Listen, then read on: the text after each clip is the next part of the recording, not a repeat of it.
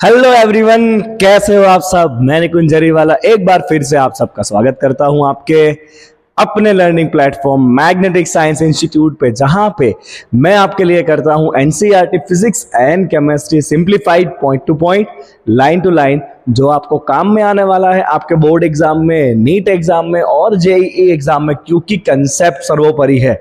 जब तक आप कंसेप्ट सही से नहीं समझोगे तब तक एमसीक्यू सॉल्व होने नहीं है। साथ में हर एक लेक्चर के बाद आपको मिलता है उस लेक्चर का कलरफुल लेक्चर नोट्स, जिसका लिंक डिस्क्रिप्शन सेक्शन में दिया हुआ है। वहां से जाके आप नोट्स को एक्सेस करिए और पूरे साल कभी भी कहीं भी आप इन नोट्स को रिवाइज कर सकते हो। हाँ, अगर चैनल के ऊपर नए हो, चैनल को सब्सक्राइब कर लीजिए, वीडियो को लाइक कर लीजिए और साथ में कमेंट सेक्शन में बताइए कि आप ये लेक्चर कौन सा सिटी में बैठ के देख रहे हो, ताकि हमें पता चले कि हमारे जैसे छोटे छोटे क्रिएटर कहां तक अपने कंटेंट को पहुंचा पा रहे हैं। चलिए बच्चा, क्लास 12 इलेक्ट्रोकेमिस्ट्री शुरू किया था, राइट। अब हम आए हैं इसके अध्याय नंबर 4 के ऊपर, जहां पे हम बात करने वाले हैं फैराडेज लॉ ऑफ इलेक्ट्रोलिसिस के बारे में। चैप्टर के पहले लेक्चर में हमने देखा था कि इस चैप्टर में हमें केमिकल एनर्जी को इलेक्ट्रिकल एनर्जी में कन्वर्ट करना है और इलेक्ट्रिकल एनर्जी को केमिकल एनर्जी में कन्वर्ट करना है। केमिकल एनर्जी को इलेक्ट्रिकल एनर्जी में हम कन्वर्ट कर चुके हैं इन इलेक्ट्रोकेमिकल सेल। उसका सेल पोटेंशियल, नर्न्स इक्वेशन सब सीख लिया हमने। अब बारी है इलेक्ट्रिकल एनर्जी को केमिकल एनर्जी में कन्वर्ट करने की। There are certain chemical reaction जो अपने आप नहीं होते हैं। अगर ऐसे रिएक्शन को आप इलेक्ट्रिक एनर्जी दोगे तो वो रिएक्शन होने लगेंगे। समझा मैंने क्या कहा? कुछ ऐसे केमिकल रिएक्शन है जो अपने आप नहीं होते हैं, बट अगर आप उनको एनर्जी दोगे इन फॉर्म ऑफ इलेक्ट्रिसिटी तो वो रिएक्शन हो जाएंगे। And this is called electrolysis and this cells are devices are called electrolytic cells. चलिए बेटा, आ जाइए मेरे साथ फटाफट। क्या लिखा है भाई? In an electrolytic cell external source of voltage is used to bring about a chemical reaction. मतलब वोल्टेज का सोर्स, बैटरी लगा के हम कुछ केमिकल रिएक्शंस को करवाने वाले हैं, ठीक है। Simplest electrolytic cell consist of 2 copper strips dipping in aqueous solution of copper sulphate. ये बच्चा आपने 10th में किया होगा शायद, प्योरिफिकेशन ऑफ कॉपर। वही है बेटा ये। तो हम क्या करते हैं याद है आपको? सिंपल सा एक सॉल्यूशन बनाते हैं कॉपर का ही। लेट्स से हमने कॉपर सल्फेट का सॉल्यूशन ले लिया, उसमें हम 2 कॉपर के इलेक्ट्रोड डाल देते हैं। दोनों ही कॉपर के, राइट। ये भी कॉपर है, ये भी कॉपर है। हम एक के साथ बैटरी का पॉजिटिव टर्मिनल जोड़ते हैं, जिसको हम क्या कहते हैं? एनोड कहते हैं, राइट। और एक के साथ हम बैटरी का नेगेटिव टर्मिनल जोड़ते हैं, क्या कहते हैं उसको? हम कैथोड कहते हैं, है ना। जिसके साथ बैटरी का पॉजिटिव जोड़ा है वो एनोड, जिसके साथ बैटरी का नेगेटिव जोड़ा है वो कैथोड। तो ये इलेक्ट्रोड कैसा बन गया? पॉजिटिव। ये इलेक्ट्रोड कैसा बन गया? Negative, right. अब जो आपका एनोड है वहां पे क्या होता है? ऑक्सीडेशन होता है कि नहीं होता है? जो आपका एनोड है बच्चा, वहां पे क्या होता है? ऑक्सीडेशन होता है। मतलब यहाँ जो कॉपर है वो कॉपर धीरे धीरे यहाँ पे डिपॉजिट होता है और सॉल्यूशन में जाता है कॉपर, राइट। और सॉल्यूशन में जो कॉपर आयन है वो इलेक्ट्रॉन एक्सेप्ट करके यहाँ पे जमा हो जाते हैं। तो धीरे धीरे ये आपका एनोड खत्म हो जाता है और कैथोड धीरे धीरे मोटा हो जाता है। क्या कहते हैं इसको? हम इलेक्ट्रोलिसिस कहते हैं कि नहीं, राइट। तो सिंपल सा यहाँ पे एनोड पे क्या होता है? एनोड के ऊपर जो कॉपर सॉलिड फॉर्म में है वो आयन बना लेता है 2 इलेक्ट्रॉन को रिलीज करके। क्या करता है? वो आयन बना लेता है 2 इलेक्ट्रॉन को रिलीज करके, और वो इलेक्ट्रॉन को एक्सेप्ट कौन करता है? देखो, बैटरी में से नेगेटिव में से इलेक्ट्रॉन आएंगे और वो इलेक्ट्रॉन यहाँ पे कॉपर +2 क्या करेगा? एक्सेप्ट कर लेगा, राइट। तो कैथोड पे क्या होगा बच्चा? क्या होगा कैथोड पे? कैथोड पे जो कॉपर +2 सॉल्यूशन में है वो उस 2 इलेक्ट्रॉन को एक्सेप्ट करेगा और कॉपर क्या बना लेगा? सॉलिड। तो ये आपने 10th में सीखा होगा। देखो क्या हो रहा है बच्चा, यहाँ पे ऑक्सीडेशन हो रहा है, यहाँ से इलेक्ट्रॉन रिलीज हो रहे हैं, राइट। और ये बैटरी क्या कर रहा है? नेगेटिव एंड से इलेक्ट्रॉन को यहाँ पे भेज रहा है। इधर इसका वोल्टेज ज्यादा होगा, कंपलसरी। आपने सबसे पहले लेक्चर में सीखा था कि ये बैटरी, अगर ये भी एक बैटरी बन गया ना, क्योंकि इसमें भी एक एनोड है, एक कैथोड है और सॉल्यूशन है, राइट। इलेक्ट्रोलिसिस कब होता है? जब बाहर वाली बैटरी का वोल्टेज ज्यादा हो, then only there is the process of electrolysis, right. ये आपको पता होना चाहिए। मतलब इसका वोल्टेज ज्यादा रहना चाहिए तो ही क्या होता है? इलेक्ट्रोलिसिस होता है। चलो, तो ये एक सिंपल सा रिएक्शन हो गया जहां पे एनोड का कॉपर ऑक्सीडाइज होकर सॉल्यूशन में जा रहा है और कैथोड के पास से कॉपर आयन इलेक्ट्रॉन को एक्सेप्ट करके वापस कहां जा रहे हैं, कैथोड के ऊपर जा रहे हैं। तो इन शॉर्ट यहां से आपके इलेक्ट्रॉन आ रहे हैं और वो इलेक्ट्रॉन ये आयन एक्सेप्ट करके यहां पे जमा होता जा रहा है इन फॉर्म ऑफ कॉपर, और यहां जो ऑक्सीडेशन हो रहा है वहां से इलेक्ट्रॉन रिलीज हो रहे हैं। This is how you can understand this. समझे बच्चे? क्लियर एकदम? चलो, क्यों करना है बाय इलेक्ट्रोलिसिस? तो देयर आर सर्टेन मेटल जो बहुत ज्यादा एक्टिव होते हैं, जैसे कि सोडियम हो गया, पोटेशियम हो गया, एल्यूमिनियम हो गया। अब ये जब भी जुड़े होते हैं ना, तो इतने आसानी से छोड़ते नहीं है, तो उनको इलेक्ट्रोलिसिस करवाना पड़ता है, उनको झटके देने पड़ते हैं, तो ही वो अलग होते हैं। तो हम इसको यूज कर सकते हैं for extraction of sodium, magnesium, aluminium, क्योंकि वो हाईली रिएक्टिव मेटल्स है, राइट। चलो, sodium and magnesium metals are produced by the electrolysis of their fused chlorides, and aluminium is produced by electrolysis of aluminium oxide in presence of cryolite. बेटा 1 mark का MCQ, cryolite का formula होता है Na3AlF6 cryolite. पहले एक पूरा chapter हुआ करता था एक्सट्रैक्शन ऑफ मेटल, उसमें बहुत सारे टॉपिक्स आते थे, एनसीईआरटी ने उसको निकाल दिया, वो टॉपिक है ही नहीं, राइट। सो बेटा अगर आपको सोडियम या पोटेशियम एक्सट्रैक्ट करना है तो आप क्या करोगे बच्चा, आप करोगे electrolysis of fused chlorides, NaCl या KCl को पिघाल के उसमें इलेक्ट्रोड डाल के इलेक्ट्रोलिसिस करो, सोडियम पोटेशियम अलग हो जाता है। और अगर आपको एल्यूमिनियम का इलेक्ट्रोलिसिस करना है बच्चा, तो किसका करना पड़ता है, एल्यूमिनियम ऑक्साइड प्लस क्रायोलाइट का। ठीक है, वो एक्सट्रैक्शन ऑफ मेटल वाला चैप्टर होता तो आपको समझाता डिटेल में, बट है नहीं। चलो, अब इसमें बेटा आपको 2 टॉपिक सीखने हैं। एक, प्रोडक्ट क्या मिलेंगे, एनोड पे क्या मिलेगा, कैथोड पे क्या मिलेगा, और दूसरा प्रोडक्ट कितना मिलेगा।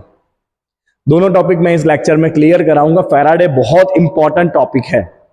ओके, चलो सबसे पहले देखते हैं बेटा फैराडेस लॉ ऑफ इलेक्ट्रोलिसिस, मतलब प्रोडक्ट कितना मिलेगा।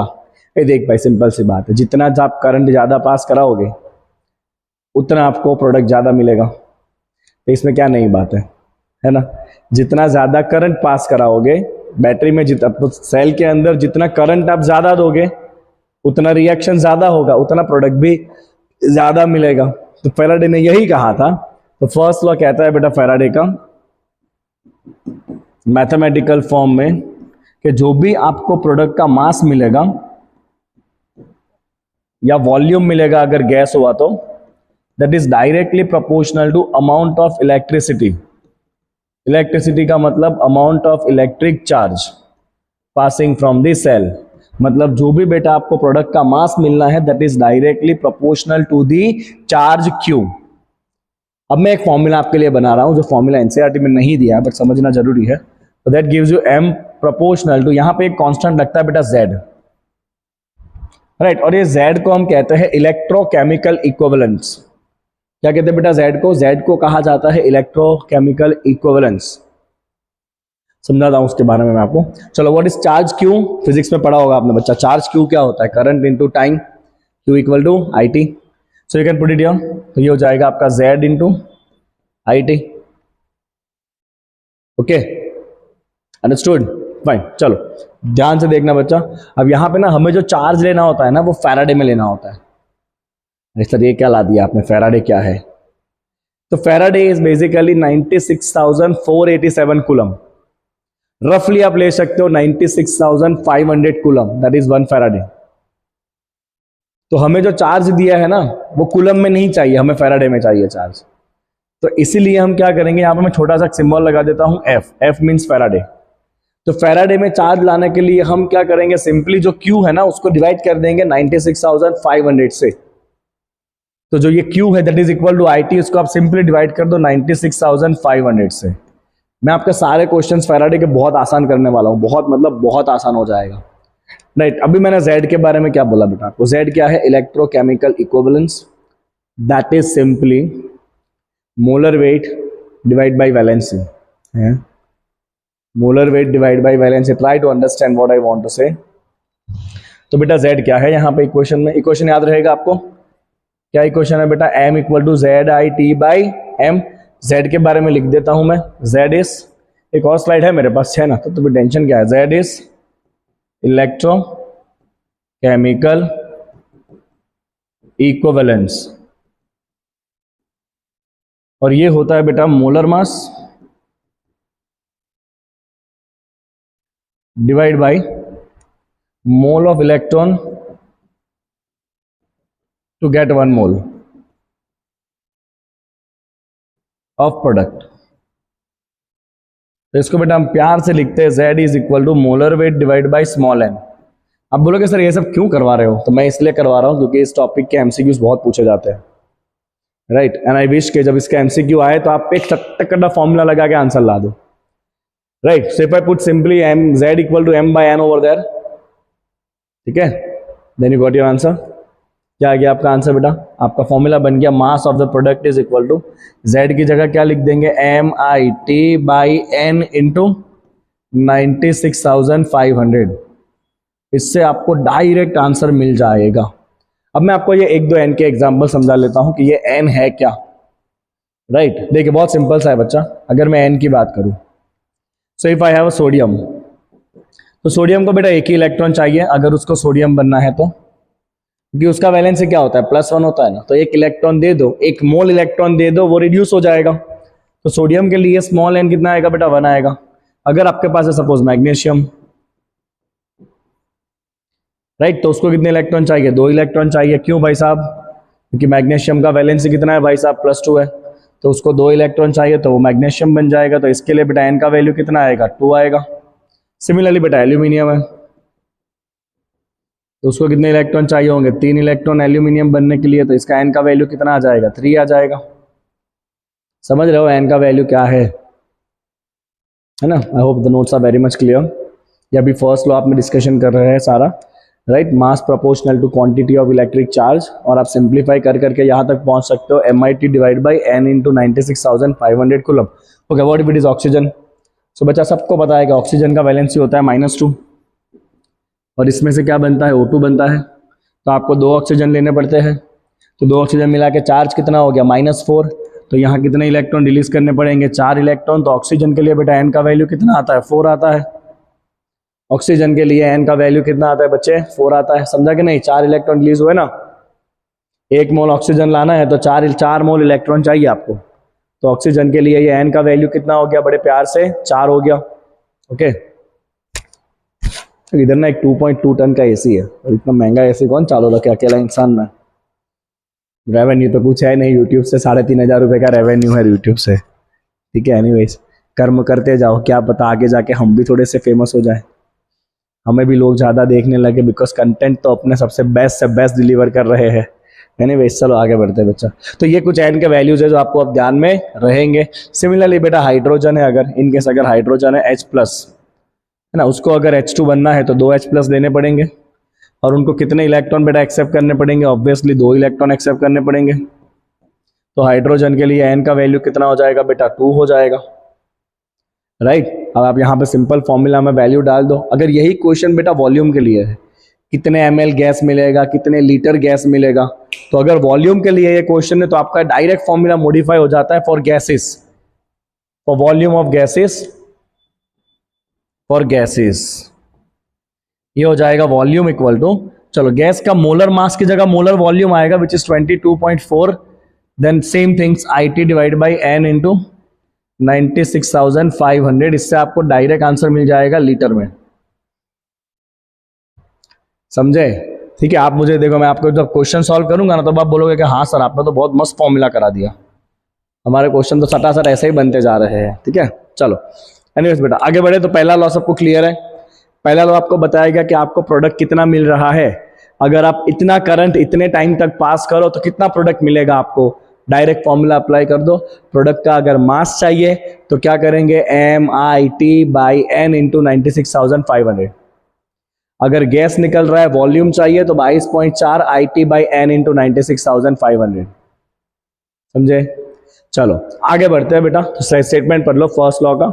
Amount of chemical reaction which occurs at any electrode during the electrolysis by a current is proportional to, so amount of chemical reaction is proportional to the quantity of electricity passed through the solution, ठीक है। तो लिखा है product कितना मिलेगा, reaction कितना होगा जितना आप चार्ज पास करोगे। चलो अब सेकंड लॉ क्या कहता है बेटा? सेकंड लॉ कहता है कि अगर आप अलग अलग इलेक्ट्रोलाइट में से same quantity of electricity pass करोगे, क्या पास करोगे? सेम क्वांटिटी ऑफ इलेक्ट्रिसिटी अगर आप पास करोगे, राइट, तो जो आपको प्रोडक्ट मिलेंगे, see we have different different electrolytes, example से समझते हैं. See this, if I give you this kind of cells, right, मैंने आपको 2 सेल दिए बेटा, ठीक है, हमने दोनों के अंदर इलेक्ट्रोड डाले हुए हैं and we are connecting them in series, means there will be same charge passing from both the cells obviously because they are connected in series. Suppose इस solution के अंदर suppose we have sodium Na plus है and इस solution में हमारे पास है suppose Al plus 3, right? okay, तो बेटा ऑब्वियस सी बात है, यहां पे प्रोडक्ट में सोडियम मिलना है और यहां पे प्रोडक्ट में आपको एल्यूमिनियम मिलना है. तो फैराडे क्या कहता है पता है कि जब सेम इलेक्ट्रिसिटी पास होगा तो जो मास मिलेगा, मतलब यहां पे जो सोडियम का मास मिलेगा प्रोडक्ट में और यहां पे जो एल्यूमिनियम का मास मिलेगा प्रोडक्ट में, they are directly proportional to their chemical equivalence कह लो या इक्विवेलेंट वेट कह लो. हमने आगे वो सिंबल यूज करा है Z, तो हम Z सिंबल यहां पे यूज करेंगे. आपको E यूज करना है तो भी आप कर सकते हो, राइट? ओके, तो यहां जो सोडियम का मास मिलेगा that is proportional to the Z of sodium और यहां जो एल्यूमिनियम मिलेगा प्रोडक्ट आपको that is proportional to Z of the aluminium, right? अगर मान लो साथ में एक और सेल लगा है जिसमें मैग्नीशियम है, तो mass of magnesium will be proportional to the chemical equivalence of magnesium. जा रही है बात भेजे में? ओके, तो अगर आप इन दोनों का बेटा रेशियो ले लो तो mass of sodium divide by mass of aluminium will be equal to chemical equivalence of sodium divide by chemical equivalence of aluminium. अब बेटा बोलो सोडियम का केमिकल इक्विवेलेंस क्या होगा?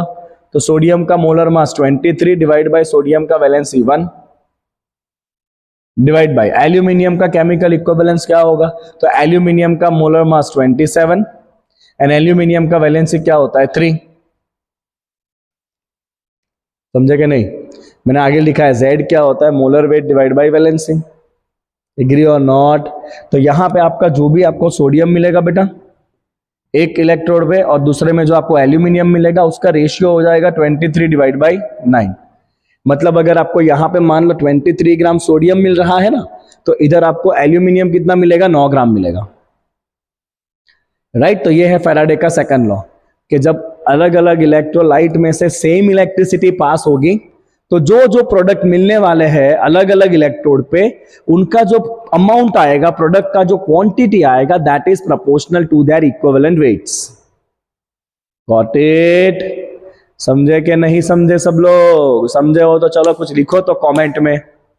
बहुत खाली खाली रहते हैं मेरे वीडियो, दुख होता है मुझे देख के, बट ना मैं ना बहुत जिद्दी इंसान हूं, बहुत अड़ियल इंसान हूं, मैं इतना जल्दी हिम्मत नहीं हारता हूं.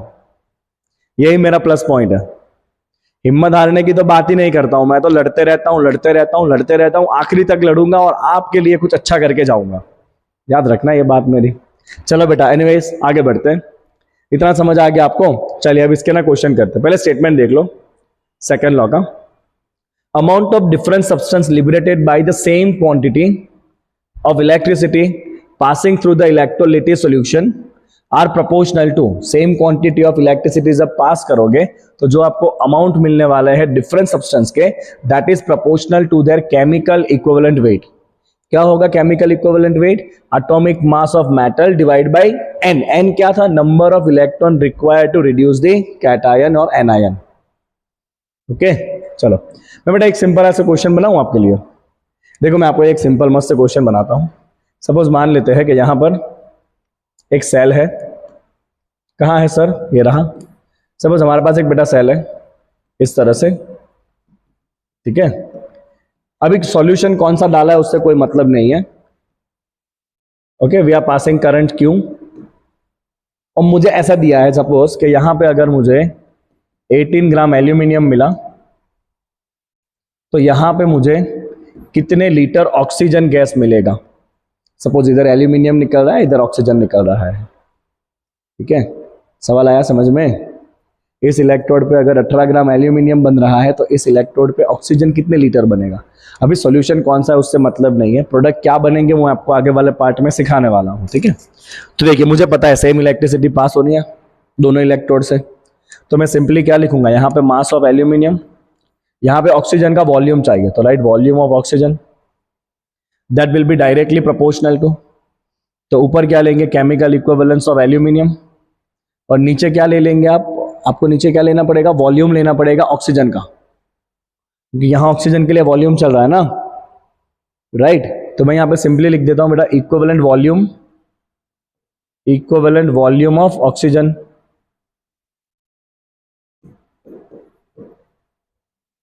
ठीक है, चलो एल्यूमिनियम कितना मिला आपको 18 ग्राम, ये वॉल्यूम ऑफ ऑक्सीजन आपको फाइंड करना है, दैट इज इक्वल टू, बोलो एल्यूमिनियम के लिए Z क्या होता है, तो एल्यूमिनियम का atomic mass 27 divide by aluminium का वैलेंसी 3, याद रहेगा ना, रहना पड़ेगा, डिवाइड बाय ऑक्सीजन का इक्विवेलेंट वॉल्यूम, तो ऑक्सीजन का मोलर वॉल्यूम क्या होता है 22.4 लीटर, एंड ऑक्सीजन O2 को रिड्यूस करने के लिए कितने इलेक्ट्रॉन चाहिए, 4 इलेक्ट्रॉन, मैंने आपको आगे बताया O2 एक ऑक्सीजन -2 होता है, तो 2 ऑक्सीजन मिला के चार्ज होगा -4 जो रिलीज करना पड़ेगा आपको, तो 4 इलेक्ट्रॉन रिलीज हो रहे हैं, तो यहाँ पे नीचे क्या आ जाएगा 4। नाउ लेट्स सिंप्लीफाई दिस, ये आपका हो जाएगा 18 divide by volume of O2 equal to, ये हो जाएगा 9 इंटू 4, 36 डिवाइड बाई 22.4, यहाँ पे ये 2 से कट हो गया, सिंप्लीफाई करो 11.2 लीटर आपको ऑक्सीजन मिलेगा।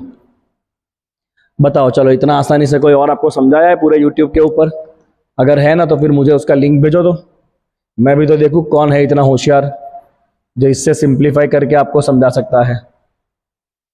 आया समझ में क्वेश्चन, एक बहुत इंपॉर्टेंट क्वेश्चन बनते हैं 2-2 3-3 मार्क के, हाँ, और ऐसे क्वेश्चन जब आते हैं ना एग्जाम में तो आंसर ही मैटर करता है। चलो एग्जाम्पल देखते हैं इसके, बेटा चल आ जाए एग्जाम्पल देख, तू खुश हो जाएगा। तो चला, solution of copper sulphate is electrolyse for 10 minutes, तो करंट टाइम दे दिया है 10 मिनट मतलब 600 second, with a current of 1.5 ampere, current दे दिया है 1.5 एम्पियर।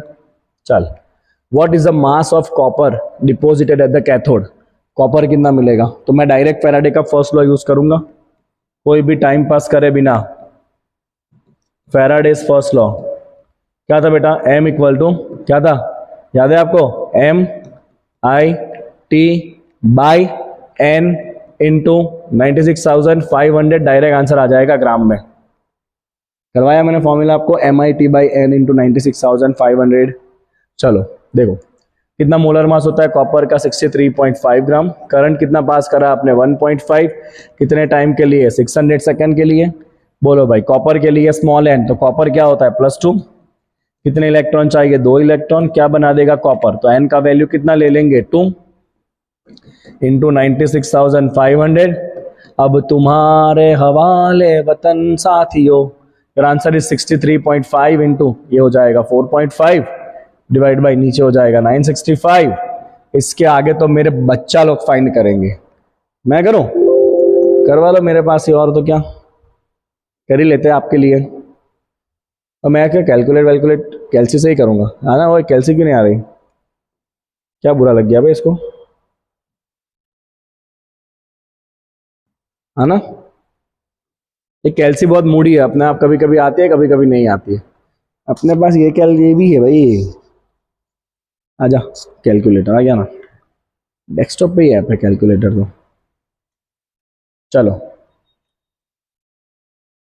क्या करना है देखो, 63.5 इंटू 4.5 डिवाइड बाई क्या करना है 965, ले बोल गिन ले, जा बुक में आंसर देख ले, 0.296 होगा, तेरा आंसर यार इज 0.296 ग्राम, चेक कर ले, अगर और एग्जैक्ट चाहिए ना तो इसको 96,487 कूलम रखना है यहाँ पे, पर 965 भी चलता है, 965 मतलब 96,500 is okay, exact value is 96,487 but 96,500 भी ओके चलता है।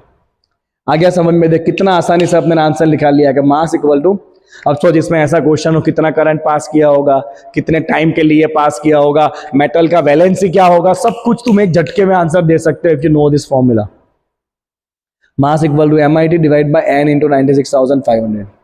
नेक्स्ट क्वेश्चन चल, हाँ तो मेरे बच्चे क्या कहा है देख, if a current of 0.5 ampere current दिया है, flows through the wire for 2 hours, time दिया है 2 इंटू आवर मतलब 3600 second, then how many electrons would flow through the wire. अब ये फालतू सवाल है, ये इस चैप्टर का सवाल ही नहीं है। फिजिक्स सीखा है आपने, फिजिक्स में ऐसा फॉर्मूला सीखा है आपने, Q equal to N into E, and Q equal to क्या होता है I इंटू टी। तो ये नंबर ऑफ इलेक्ट्रॉन कितने हो जाएंगे, I into T divide by E. बोल कितना करंट पास किया है 0.5, कितने टाइम के लिए 2 इंटू 3600। इलेक्ट्रॉन का चार्ज क्या होता है 1.6 इंटू 10 पावर -19। अब बोलो ऐसे ऐसे सवाल सॉल्व कराते हैं ये लोग, सॉल्व करें कितना आएगा, चलो इसको कट करो, ये 5 हो जाएगा, ये 4 हो जाएगा, ठीक है, ये 4 इंटू 900 हो जाएगा। यहाँ पे हम ऐसे ही कैलकुलेट कर रहे हैं, 9900 इंटू 5 हो जाएगा, कितना हो जाएगा 4500, 4500 into 0.5 that is equal to 22,500 है ना, और 10 पावर -19 ऊपर आ जाएगा, 10 पावर +19 हो जाएगा। तो your answer is 2.25 into 10 power हो जाएगा 23 इलेक्ट्रॉन्स। मैं कह रहा हूँ ये सवाल इस चैप्टर का है ही नहीं, बट क्योंकि इंटेक्स में डाला हुआ है तो मैं कराऊंगा, मैं एनसीईआरटी करा रहा हूँ बच्चा, point to point, line to line. अपने को खाने की आदत नहीं है बीच बीच में से, है ना। अपने कंटेंट भले थोड़ा लेट डाल रहे हैं, बट जब भी डालेंगे कंटेंट बहुत डिटेल में डालेंगे भाई। ओके चल आज आगे। Suggest a list of metal that are extracted electrolytically. कौन से मेटल को इलेक्ट्रोलिसिस से अलग किया जाता है, तो जो बहुत एक्टिव मेटल है जैसे कि सोडियम, पोटाशियम, मैग्नीशियम, एल्यूमिनियम, ये सारे कैसे हैं, हाईली रिएक्टिव मेटल है।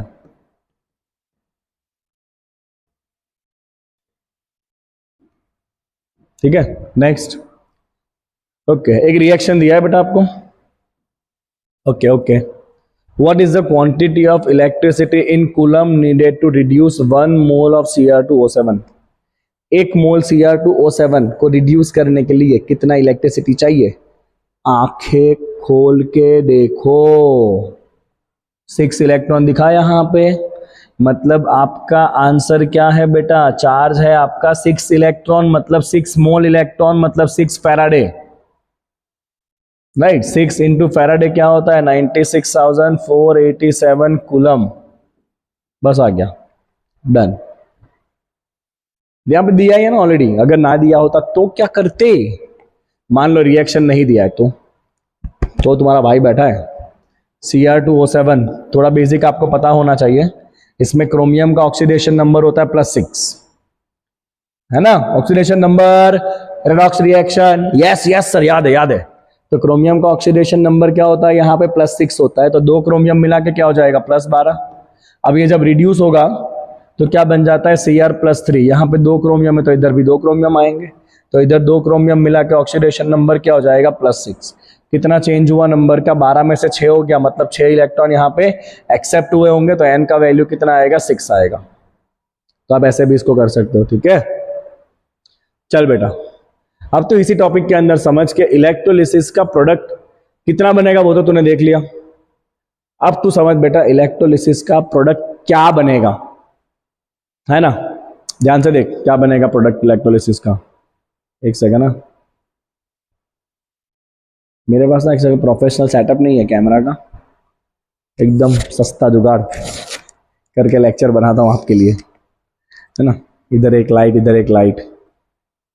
मैं लाइट लेने गया था, मैं सोचा चलो अब तो खतरनाक लेवल का रिकॉर्डिंग करता हूँ, तो मैं वो प्रोफेशनल वीडियो शूटिंग वाली लाइट लेने गया। उसने बोला सर बहुत सस्ता है, 19,000 रुपये का 2 सेट है, 19,000। मैं घर आया वापस, नॉर्मल इलेक्ट्रिक वाले की दुकान पे गया, 50 वॉट के वाइट हैलोजन लेके आया, उसके ऊपर रुमाल लगा दिया, सस्ता लाइट रेडी। देखो कितनी अच्छी लाइट आ रही है यहाँ पे, क्या ही चाहिए। और 19,000 रुपये कौन खर्चा करे, मैंने 1,000 रुपये में 2 फोकस बना लिए। बात करते हो यार। चलो अभी आपको इलेक्ट्रोलिसिस करना है बेटा मोल्टन NaCl का। मोल्टन है, पानी नहीं है, मेल्ट किया है NaCl को। तो इसमें कौन कौन से आयन होंगे बच्चा, we have Na+ and we have Cl-। चलिए एनोड, एनोड खुद कैसा होता है इलेक्ट्रोलिसिस में, पॉजिटिव। पॉजिटिव पे आयन कौन सा आता है, नेगेटिव। नेगेटिव आयन कौन सा है, Cl-। तो Cl माइनस एनोड पे क्या होता है, ऑक्सीडेशन, मतलब इलेक्ट्रॉन छोड़ना पड़ता है। तो ये Cl माइनस अपना इलेक्ट्रॉन छोड़ेगा और कौन सा गैस बनाएगा, Cl2। इसको आप बैलेंस करना चाहो तो कर लीजिए, ये हो गया बैलेंस, ये हो गया एनोडिक रिएक्शन। अब कैथोड पे क्या होगा बच्चा, तो कैथोड कैसा होता है, नेगेटिव। नेगेटिव पे आयन कौन सा आएगा, positive, which is Na plus. Cathode पे होता है रिडक्शन, कैथोड पे होता है रिडक्शन, राइट। मतलब ये भाई साहब जो 2 इलेक्ट्रॉन क्लोरीन ने छोड़े वो इसको एक्सेप्ट करने पड़ेंगे और ये क्या बना लेगा, ये बना लेगा यहाँ पे Na सॉलिड। तो प्रोडक्ट क्या बन गया बेटा, सिंपली प्रोडक्ट बन गया आपका एनोड के ऊपर क्लोरीन गैस एंड कैथोड के ऊपर sodium.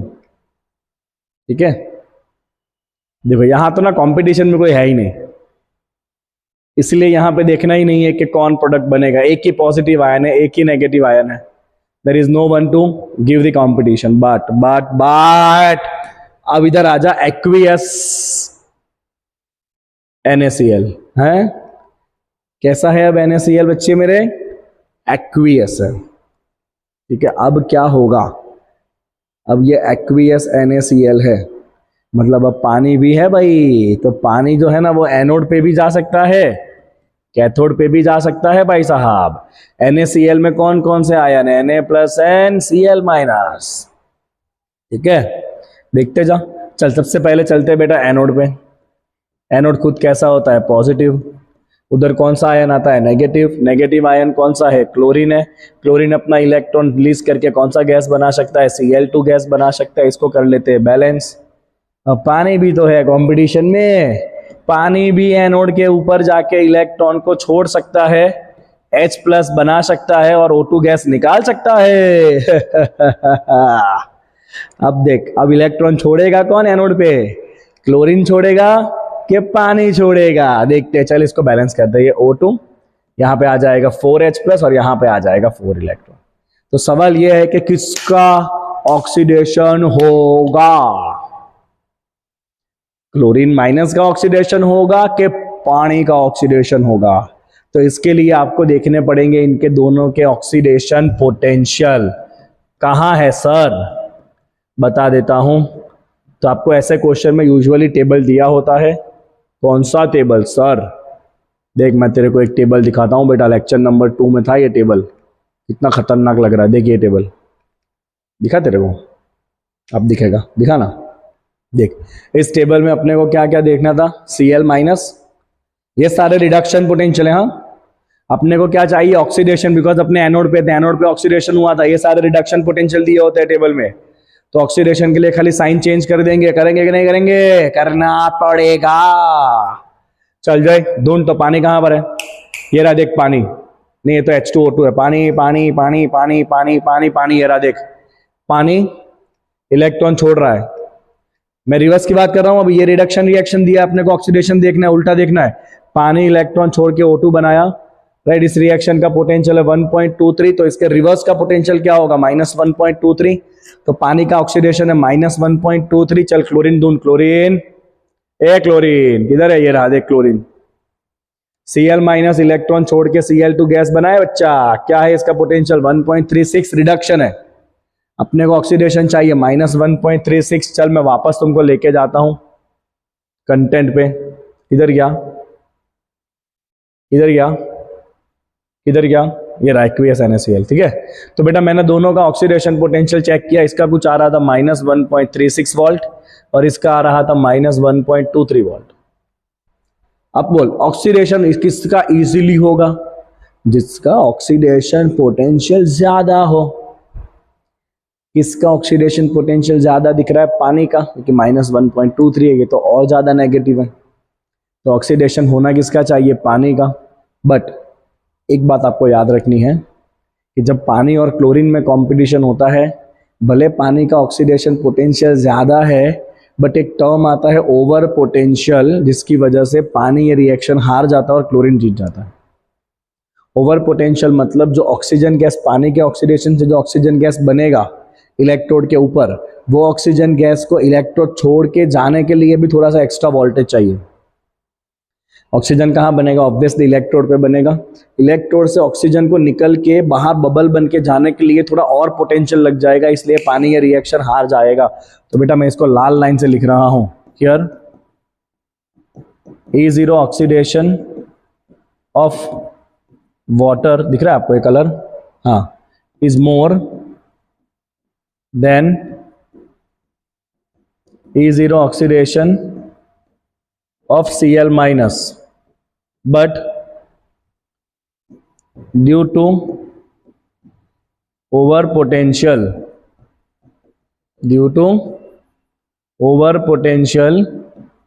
needed for O2 gas, right. यहां पर कौन ऑक्सीडाइज हो जाएगा? Cl minus will oxidize to form Cl2 at anode. तो भाई ये रिएक्शन कौन जीत गया? ये जीत गया। जितना नहीं चाहिए था तो भी जीत गया। समझ आया ये टॉपिक आपको? अब चल कैथोड पे चलते बेटा। चल, कैथोड खुद कैसा होता है? नेगेटिव। नेगेटिव पे आयन कौन सा आएगा? पॉजिटिव। पॉजिटिव आयन में एक सोडियम है, इलेक्ट्रॉन एक्सेप्ट करना पड़ता है। कैथोड पे क्या बनाना पड़ता है? सोडियम। पानी भी तो है, पानी भी इलेक्ट्रॉन ले सकता है, ले। तो अगर पानी ने इलेक्ट्रॉन लिया, तो पानी इलेक्ट्रॉन लेके बनाता है OH माइनस आयन और रिलीज करता है H2। ले, अब बोल कौन लेगा इलेक्ट्रॉन? सोडियम लेगा कैथोड पे इलेक्ट्रॉन के पानी लेगा कैथोड पे इलेक्ट्रॉन?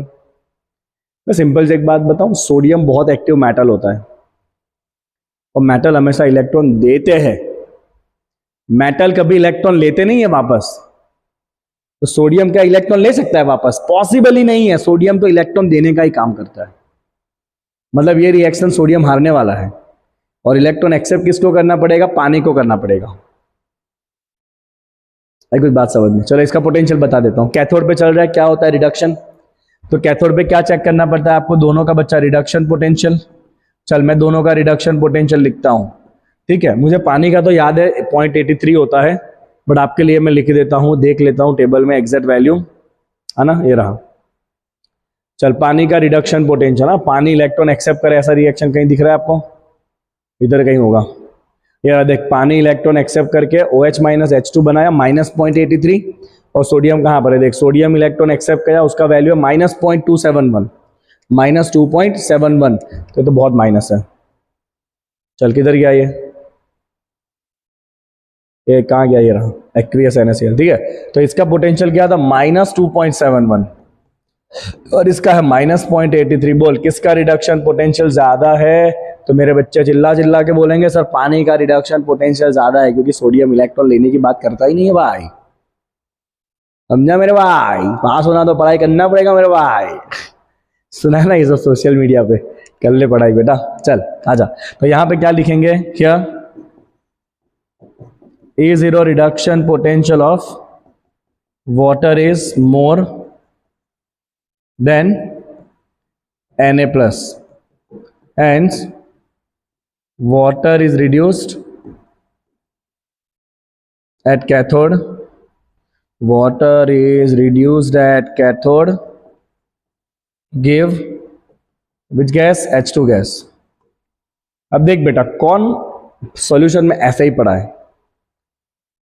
सोडियम बेचारा ऐसे ही पड़ा हुआ है सॉल्यूशन में, और जब ये पानी का रिएक्शन हुआ तो ये क्या हो गया? OH माइनस बन गया। Na और OH आपस में जुड़ के क्या बना लेंगे? NaOH। तो कैथोड के पास का सॉल्यूशन कैसा हो जाएगा? बेसिक हो जाएगा। तो ये पॉइंट भी यहां पर मैं मार्क करूंगा। Solution near cathode become basic due to which ion? OH minus ions. मैं आपको एक बात याद दे रहा हूं, 10th स्टैंडर्ड क्लोर अल्कली प्रोसेस, ये वही तो है, क्लोर अल्कली ही है ये। एनोड के ऊपर से कौन सा गैस? क्लोरीन। कैथोड के ऊपर से कौन सा गैस? हाइड्रोजन। एंड सॉल्यूशन क्या बन जाता है? NaOH। इसको आपने 10th में क्या कहा था? क्लोर अल्कली प्रोसेस कहा था। ओके, चल नेक्स्ट। ओके, और केस देखते हैं। Electrolysis of sulphuric acid H2SO4। अब बेटा देखिए यहां पे दो केस है H2SO4 में, समझना ध्यान से। So if you see during the electrolysis of sulfuric acid the following processes are possible at anode। Anode पे इलेक्ट्रॉन क्या करना होता है, रिलीज करना होता है ना, राइट। अब देख क्या क्या है हमारे पास यहाँ पे, we have sulphuric acid, 100% sulphuric acid कभी नहीं होता है। So we have the ions which are H plus SO4 2- और पानी हमेशा रहता है। तो भाई एनोड पे इलेक्ट्रॉन छोड़ने होते हैं, छोड़ने होते हैं कि नहीं, हाँ के ना, हाँ के ना, हाँ सर, हाँ डराओ मत। एनोड पे इलेक्ट्रॉन छोड़ने होते हैं। अब देख पानी इलेक्ट्रॉन छोड़ सकता है, देखिए रहा पानी ने इलेक्ट्रॉन छोड़े, कौन सा गैस बनाता है O2 and H प्लस, इसका सेल पोटेंशियल है +1.23, राइट। पानी ने इलेक्ट्रॉन छोड़े +1.23 रिडक्शन पोटेंशियल दिया है, हाँ okay. And then here SO4- 2 भी नेगेटिव है, वो भी नेगेटिव है, वो भी इलेक्ट्रॉन छोड़ सकता है। अगर उसने इलेक्ट्रॉन छोड़े तो ये बनाता है H2OH 2- which is called as peroxo disulphate ion, right, जिसका रिडक्शन पोटेंशियल है 1.96, ये रिडक्शन पोटेंशियल दिया है, right.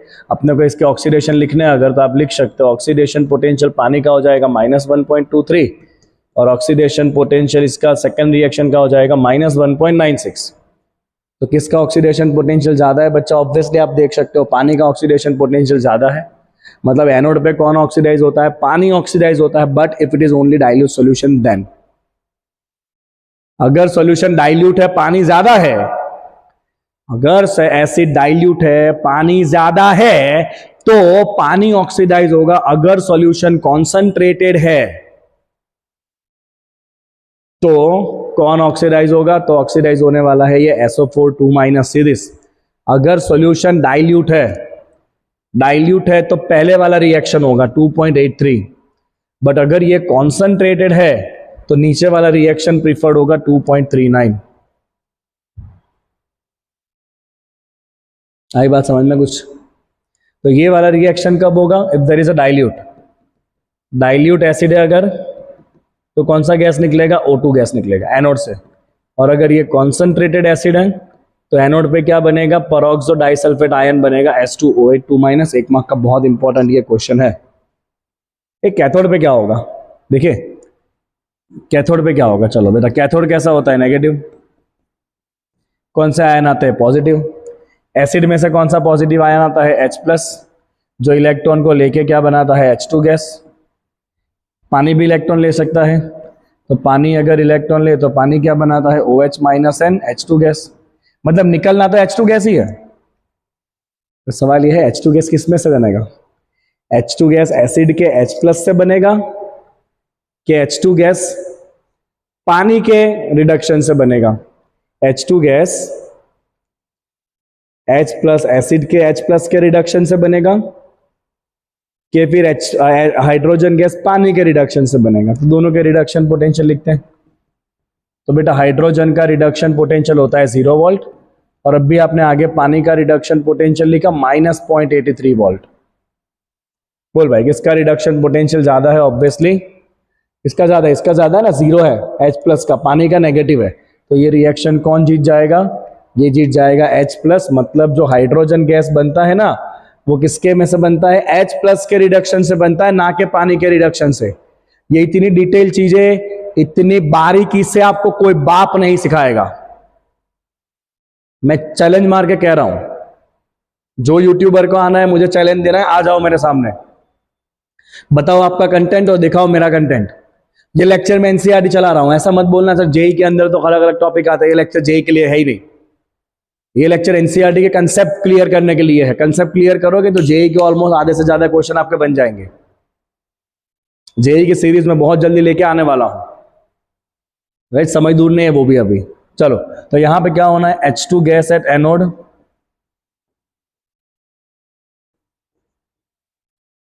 is due to reduction of H plus ions not from water, right। MCQ में आ जाए तो ये, चल आगे चलते बेटा। कहाँ आए हम, ब्लैक क्यों हो गया था। चलिए, सो बेटा आई होप कि आपको ये इलेक्ट्रोलिसिस का लेक्चर पूरी तरह से समझ में आ गया है। दो चीज़ें मैंने आपको सिखाई। पहला मैंने आपको सिखाया प्रोडक्ट कितना बनेगा, फैराडे का फर्स्ट लॉ किया हमने, फैराडे का सेकंड लॉ किया with some examples, right. And then we have seen के प्रोडक्ट ऑफ इलेक्ट्रोलिसिस क्या बनेंगे वो कैसे डिसाइड करना है, प्रोडक्ट क्या बनेंगे वो कैसे डिसाइड करना है। This is what you have seen in the next part. चलिए बच्चा, तो यहाँ पे इस सेशन को खत्म करते हैं। अगले सेशन में थोड़ी सी थियरीज करनी है आपको, कुछ प्राइमरी बैटरीज, कुछ सेकेंडरी बैटरीज के बारे में आपको सीखना है, कोरोशन का मैकेनिज्म सीखना है, and finally will have the NCERT exercise in the coming lectures. Okay, चले बच्चा लोग, वापस एक बार कहूँगा, अगर चैनल को सब्सक्राइब नहीं करा है तो कर लीजिएगा, क्योंकि इतना कलरफुल नोट्स, इतना कलरफुल लेक्चर्स बहुत कम मिलता है यूट्यूब पे, इतना अच्छे से लिखा हुआ। बाकी लोग क्या दर दर ऐसे लिखा, ऐसे लिखा, इधर लिखा, उधर लिखा, ऐसा नहीं, इतना सिस्टमेटिक लिखा हुआ नोट्स आपको ऑफलाइन क्लासेस में ही मिलते हैं, राइट। और मैं आपको ये ऑनलाइन में प्रोवाइड कर रहा हूँ। ठीक है बच्चे, चलिए मिलते हैं वापस अगले क्लास में, जहां पे सीखेंगे हम about the batteries. And I hope आपको वीडियो समझ में आ गया है। आप दोस्तों के साथ शेयर जरूर करेंगे इसको, और नोट्स परचेस करना भूलना मत। टाटा बाय बाय, सी यू।